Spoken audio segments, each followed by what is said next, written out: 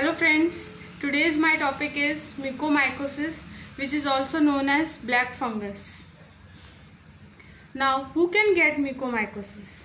The uncontrolled diabetic patients, the patients with active COVID or recently recovered, especially on steroid therapy. Cancer patients, history of organ transplant. Now, what are the signs and symptoms? First is the facial swelling, nasal congestion, and the sinusitis associated with headache. Blackness around the eyes, nose, and cheeks. The picture you can see in the slide. The inability to move, rotate the eyeballs and the eyelids.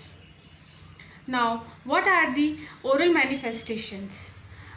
The first is the black patches on the palate. The black patches which are seen on the palate.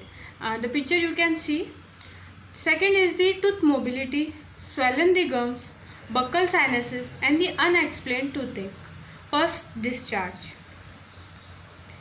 Now, whom to approach? The first is the oral maxillofacial surgeon, second is the ENT specialist, third is the ophthalmologist, and the fourth is the general dental practitioners. Now, what are these are the things to be remembered. Now, how can we prevent the mucormycosis?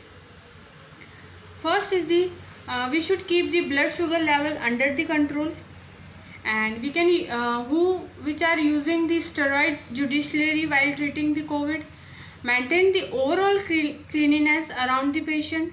Any oral ulcer should be treated immediately, and use the clean water in humidifiers used for oxygen support.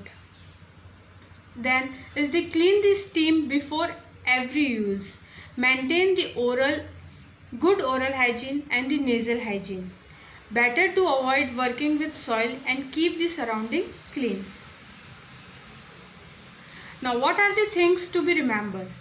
Keep a constant check on the patient is on steroid. Black fungus doesn't always appear as black, also seen in a shade of grey. Keep checking for the sign inside the mouth. And this is very rare, but it is a serious infection. So it's my advice to wear your mask, stay healthy and stay safe. Thank you.